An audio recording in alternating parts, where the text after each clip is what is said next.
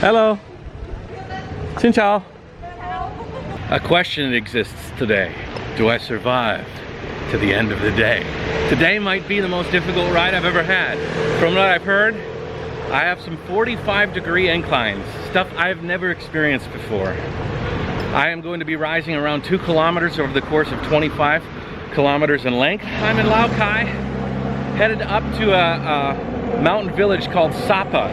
And although the weather said sunny with clouds, I think I'm inside one of those clouds right now. As a matter of fact, I can feel the prickly feel of water droplets on me. And I took a day off yesterday to rest my legs, so I'm ready to Jayoe this thing, and I'm ready to take you along with me. I'm expecting today to be slow. I'm prepared mentally for an extremely slow ride. I've set aside 10 hours to accomplish this goal. I might use every second of it, or I could go over. It all depends on how brutal this climb is. I have oftentimes psyched myself up for a difficult ride and been pleasantly surprised that my body is in tune to conquer it. Let's just see. This is an interesting restoration of an old colonial house. Quite beautiful. Yesterday I went to dinner right next to the hotel, and there was a checkpoint set up with a bunch of, they looked like SWAT team, like Vietnamese SWAT team. Hello, xin chào. They were stopping motorbikes that were riding up and down the road, and they weren't stopping them kindly.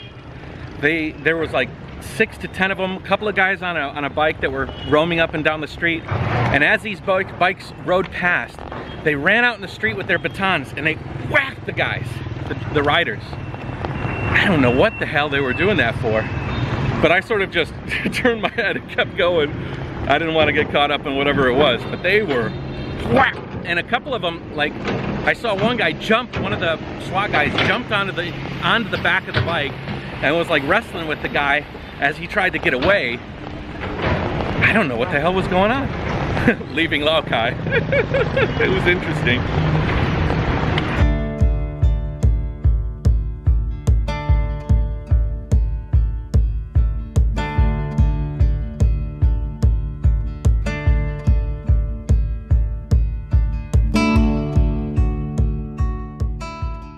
So I've entered the incline here, and I'm slowly making my way up the hill, exceedingly slowly. But it makes me think about how to handle a steep climb while you're cycling. So I think I'll make the subject of today's vlog tips and tricks on how to take an incline day, a big incline. Tip 1, don't fear the climb, embrace it. Because fear will put you on edge. You should be comfortable. You should be excited. It's gonna be an awesome day. And then just enjoy the ride. A lot of people told me that the big trucks and traffic on this road are treacherous. The inclines are more than you can take. Yada, yada, yada. But in all honesty, if there's a road and there's traffic and there's bikes on this road, you can do it. There's no real reason you can't do it. Have confidence in yourself. Understand that you need to, of course, be aware of traffic and things like this. As long as you're in general physical shape, you can do it. If you're worried about your physical being not being able to take it, the worst thing that could happen, besides an accident, hello! The worst thing that could happen is that you turn around and go back down, or maybe hitch a ride and get up the hill that way. Most people in the world are pretty nice, and if you are broken physically, probably somebody's gonna give you a hand. Tip 2, don't overexert yourself. A lot of people feel like it's a race. My whole tour is about taking your time, enjoying the ride, and just rock and rolling it. A big incline is a personification of that mindset. Since I was in middle school, high school, and college, I was a swimmer. In high school, I was captain of my swim team. I was like the go-to guy for a lot of different races. And I was a fast swimmer, but I was also a distance swimmer. And the techniques that you use when you ride distance are almost exactly the same as the techniques that you need to do when you're handling a big, all-day, brutal incline. What I mean by that is that when I was swimming and I knew that I had 20 or 40 laps to go before I'd finish, I knew that I can't expend all my energy on the first get-go. You have to dial it back a little bit, pick a comfortable pace, and just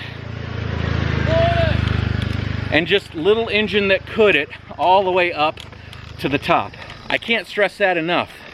If you push too hard and you blow out all of your existing energy, trust me, the way these mountain roads work, it's the steepest at the top. And so if you get that false sense of security that, this is nothing, and you start really blowing it out. Hello! Hello, Jayoe! Jayoe! You're gonna need that energy when you get to the top. So spread it out, take it easy, don't push yourself too hard. Slow and steady wins the race.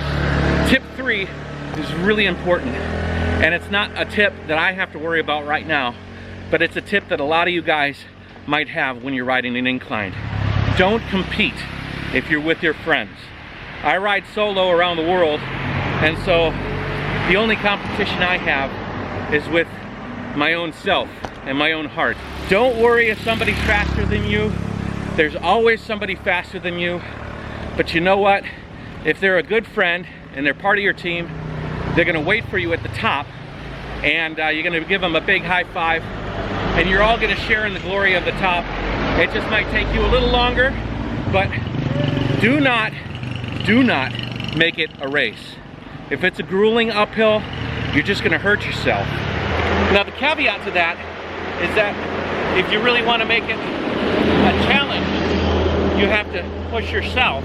I'm just saying, don't mark yourself against somebody who is clearly more experienced, stronger, and might put you in a situation where you've overexerted yourself and you've broken yourself before you get to the top. When I climbed Mount Everest in 2016, I was on a team of just a few of us. All of them were way more experienced than me.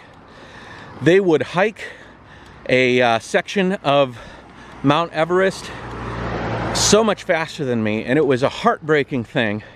It was extremely frustrating, and for a competitive person like me, even though I have kind of traveled on my own, I still wanted to keep up, and oftentimes I hurt myself in doing so. And the worst part was that it broke my spirit.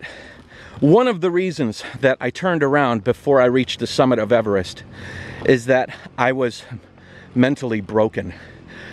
Just past Camp 3, I had passed out on the mountain. I had had some health difficulties. I was frustrated, I was angry, and ashamed that my team was way up ahead of me and I was lagging behind. I felt like an anchor, and I felt like I was pulling the whole team down. And part of the reason I turned around, beyond the health concerns, was my concern for my fellow teammates and that I was holding them back, when in essence I was actually simply creating these things in my mind. It was more or less my own negative feelings towards myself. So what I'm saying is that you need to do you. You need to push yourself as hard as it takes to get up that hill, but not too hard that you overexert yourself. It's really important. It's not a race. Hello. Oh, she's tying up some chickens to take to town. Xin chào. Want some ginger? Fresh ginger?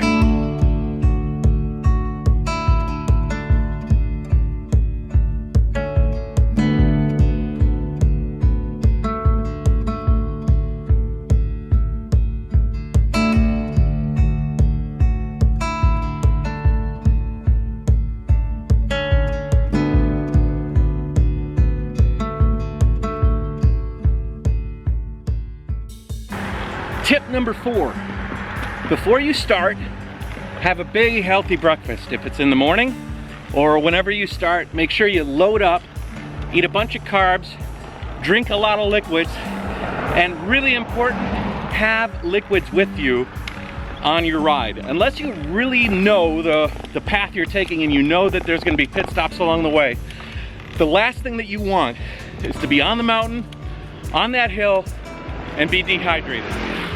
It can be miserable. I was in Korea riding up a fairly steep climb years ago, and I ran out of water, and I was parched, and it really takes the joy out of a ride when you are starving for water.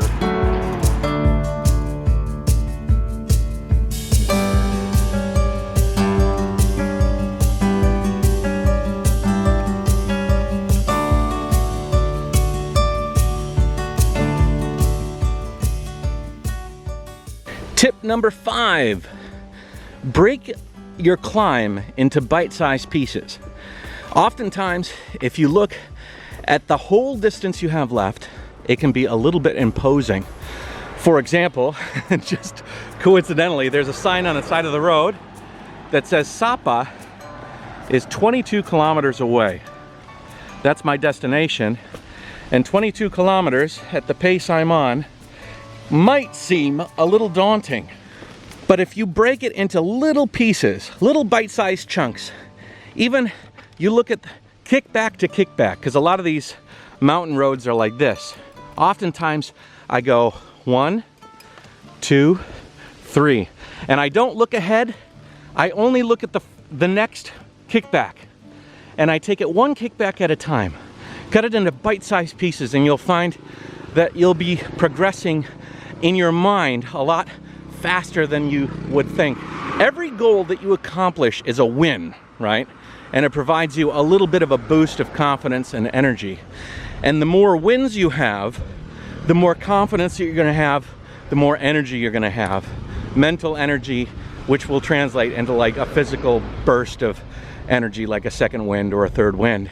And if you make those wins staggered a little bit more, you'll find you'll appreciate the ride because it's full of little wins instead of this huge daunting goal at the end that is just always sort of outside your reach. And 22 kilometers can look like a long way, but one kickback, you can kick that out in like 10 minutes if it's really daunting or less. Actually, my sort of technique right now is to film this video, and in filming this video I'm taking my mind sort of off the fact that I might be tired or I might be working hard.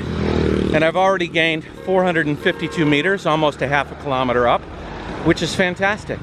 It's 11 o'clock and we've got a long way to go, but so far I have hardly felt any sort of stress because I'm focusing my mind on other things. I'm focusing on looking out at the beauty, capturing moments, and thinking about what tips I can offer you guys as I climb up this hill.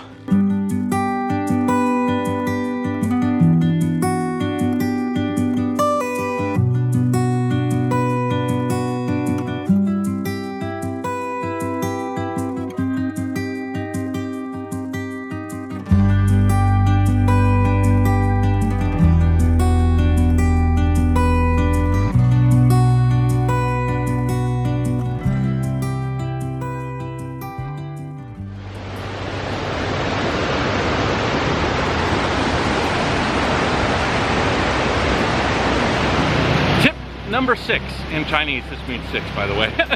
1, 2, 3, 4, 5, 6, 7, 8, 9. Stop and smell the roses. Don't get caught up and end up pushing yourself too hard to where you reach the top and you're like, what did I just do? You know, the object, the destination is the top, but the journey is more important. So enjoy the journey. Stop along the road, take a rest, snap some pictures, make sure to capture this moment. In today's social media day and age, you know, you don't want to get to the top and be like, that was the most amazing ride I've ever ridden, but you really can't share it or express it in such a powerful way because you don't have anything but the memories in your head. And not to discount memories in your head, but if you stop and snap a picture and take it in, even those memories in your head will be that much more vivid.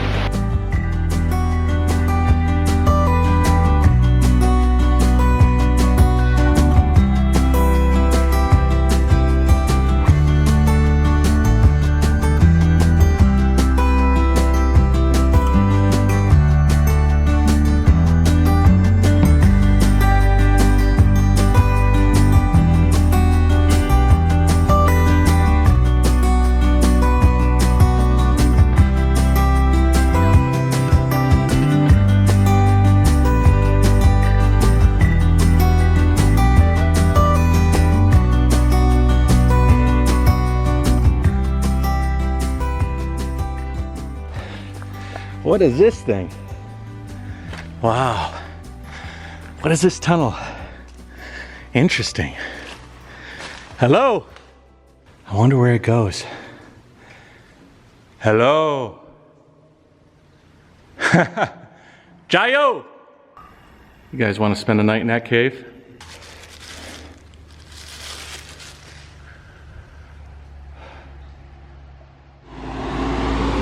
I'm riding up this hill to SaPa in kind of a bad season. It's post-harvest. Xin chào. So all of the beautiful terraces here that would normally be like lush green rice and all sorts of vegetation, they're pretty much dull and brown. We're kind of in transition where they've already harvested and they're planting new crops, so everything's like freshly tilled and you have this sort of brown instead of green.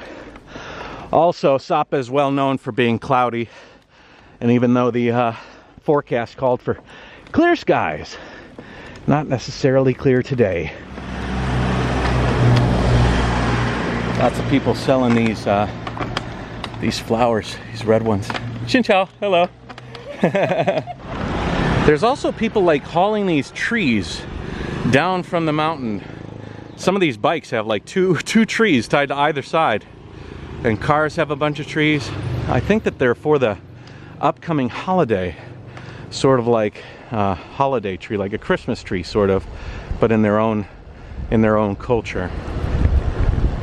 Here we go, a little downhill, a break from the monotony of the up. I'll take it. Too bad it wasn't clear. It probably looks gorgeous out there.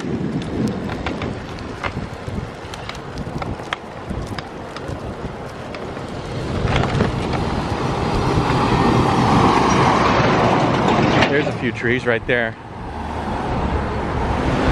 All right, guys, tip number 7. And this one seems obvious, but I've seen people make the mistake. Stick to the shoulder. Hug that shoulder as hard as you can. Don't get distracted and start moseying over unless you have a clear vision behind and a clear vision in front, and you know you're not going to have any problems. I've seen some of my friends that I've cycled with sort of meander over, and big trucks came by, they honked at them. The trucks here in Vietnam, they know that there's going to be some cyclists on the road, whether it's motorbikes or bicycles, but they also know that they're probably going to be off to the side, so stick to that and don't meander too much over. Hello, for your own safety. Very important tip. Xin chào. Hello. Hello. Hello, hello.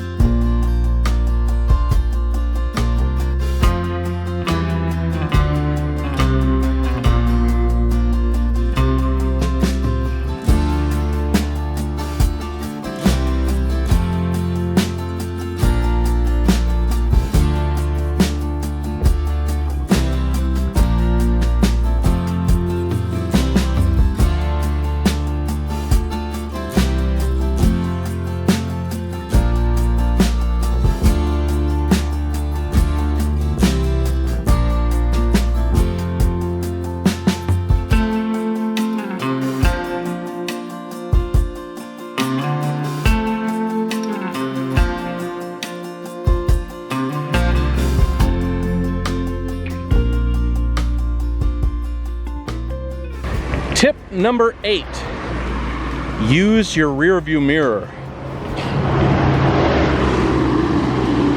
I realize as a standard cyclist, if you're not riding a recumbent like me, a trike especially, it might not be so practical to use a side view mirror or a rear view mirror. But they do have some that clip to your helmet if you wear a helmet, and they have some that can fit on your handlebars if you have, you know, handlebars.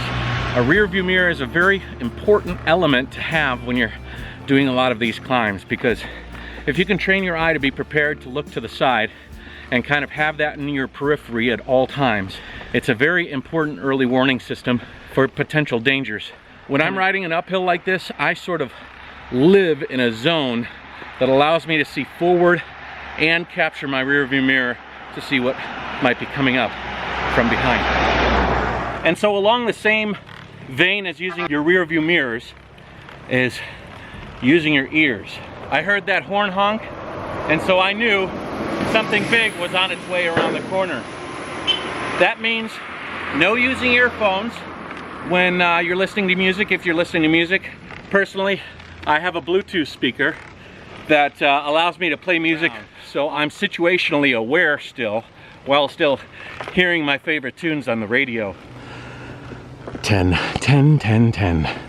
We've been riding on 10 degrees for quite some time. I don't know why I need a sign to tell me that at this point in time.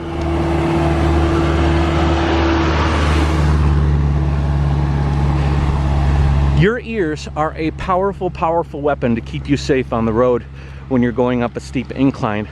Not only can you hear the cars coming from behind and from the forward, but you can distinguish what the sound is. I can hear this big heavy hauler coming down the way because it has a bit of a heavier sound, and I can hear cars and distinguish air sounds as well. Another thing that you can hear is when a big hauler is going uphill or downhill. For example, I might be able to hear a big hauler way off using its air brakes or using its transmission to slow itself down, which means that if he's coming down this way and he's using his transmission as a brake, it means that I have a fairly steep incline ahead of me.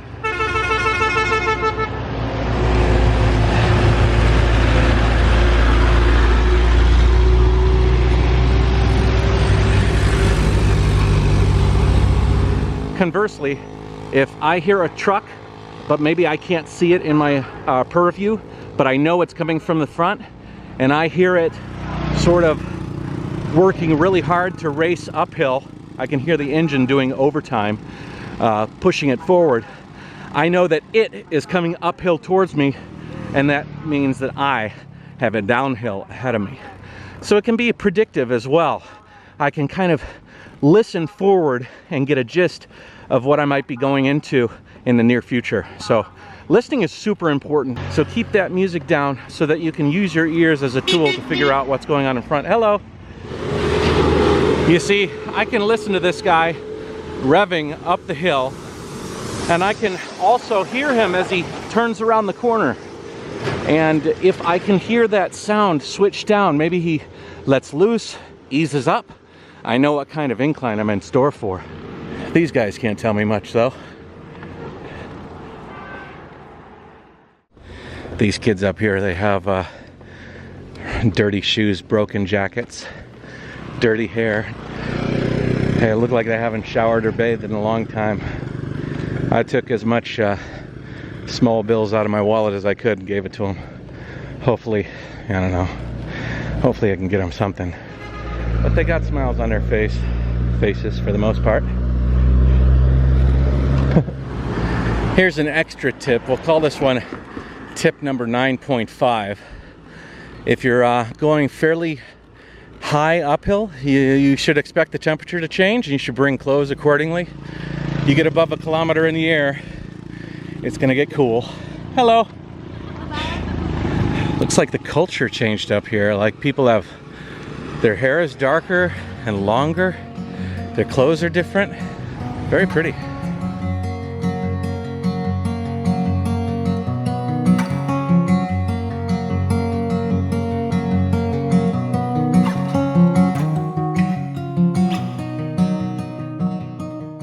Really, really beautiful clothes they're wearing. Hello. Hello. The local lady's so nice. She's so nice. We can ride together. See, lady. Yeah, very beautiful. Hey. We're almost to SaPa. SaPa, Yeah. very close. Yeah. Very close. See, don't SaPa. Yeah. From village. LaoCai. LaoCai? Yeah, LaoCai. Yeah, LaoCai. TAIWAN. Yeah. Hanoi. Hanoi. Hanoi. LaoCai. China. Yeah. Yeah. Are you see SaPa? See. Oh, you? Yeah. Oh. Okay. You make? 200.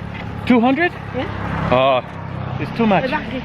100. Yeah. 100. Yeah. 100. Yeah, 100. It's probably too much, but No. I'll help her out. Oh, very nice. Yeah, really nice. Okay. You to SaPa? Yeah, go to SaPa. Yeah. From village. From village, yeah. Yeah. It's Thank ready. Yeah. Is this your husband? Yeah, husband. Husband. Yeah. Yeah, very nice. Very nice. Yeah.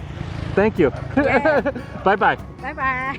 I normally do not buy anything, but she approached me with the biggest, well, maybe not the most teeth grin, but it was a very genuine, happy grin. I don't mind buying from people if they have a genuine smile. I don't even mind paying a little bit more if it helps somebody out. It looks like they might need some help. And village life doesn't look easy. Did you see her hands? Hard-working hands, that lady. I'm sure that bracelet I bought could have gotten it for 50,000 or maybe even 20,000. I don't know. It's the principle of the thing. And it was nice. I like nice people. We're at 1,200 meters, guys. We are a kilometer and almost a quarter up above the ocean. About 200 or 300 more to go. And we shall be at SaPa. Under 10 kilometers distance forward. 7.1 kilometers away. We should arrive shortly. Here's some of those trees. I think they're cherry blossoms. I think. Hello. There's so much cloud cover up here. I wouldn't even try to launch a drone. You wouldn't see nothing. You wouldn't see anything. You wouldn't see nothing. My English. So boo-how.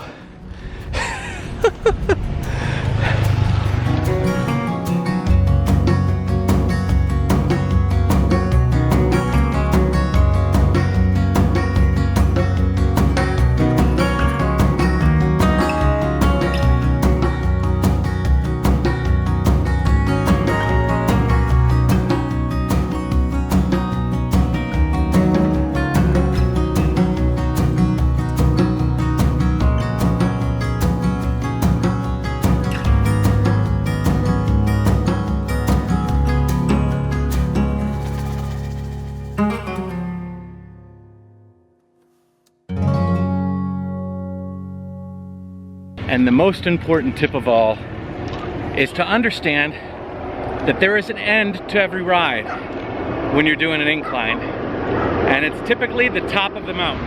And when you reach the top, the glorious downhill awaits. Whether it's tomorrow or the next day, unless you are an unfortunate soul that takes the bus down or flies from the top of the hill, you are most certainly in store for a beautiful downhill. And it'll be made that much better knowing that you worked so hard getting to the top. So enjoy the ride.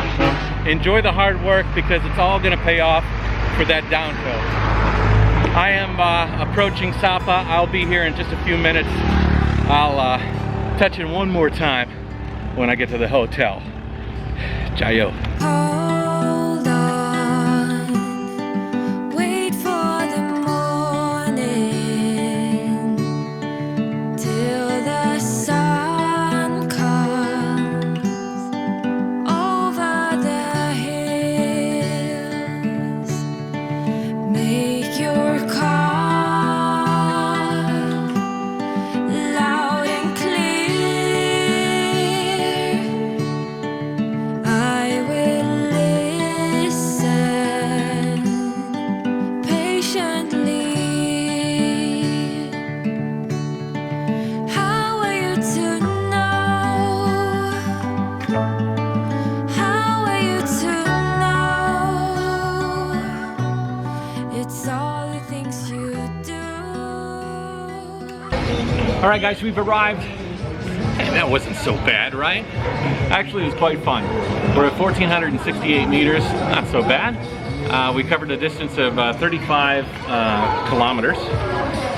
Sure. Thank you. No problem. Picture. 1, 2, 3, cheese. Oh, okay. So I'm gonna get in there, relax, maybe grab a bite to eat, and then give myself a well-deserved beer. But I'm gonna end the vlog right now. Hey, if you like my tips for how to deal with an incline, share them with your cycle friends. I encourage you to do so on your Facebook group or wherever you want. If you want to help me out on my tour around the world, please do so. I have a Patreon as well as PayPal, and there's a little join button at the bottom of this YouTube channel. You can check that out as well. So thanks for joining me on this wonderful ride. I'll leave you with the relive video, which is kind of neat. It'll show you a play-by-play of the ride. So without further ado, check it out.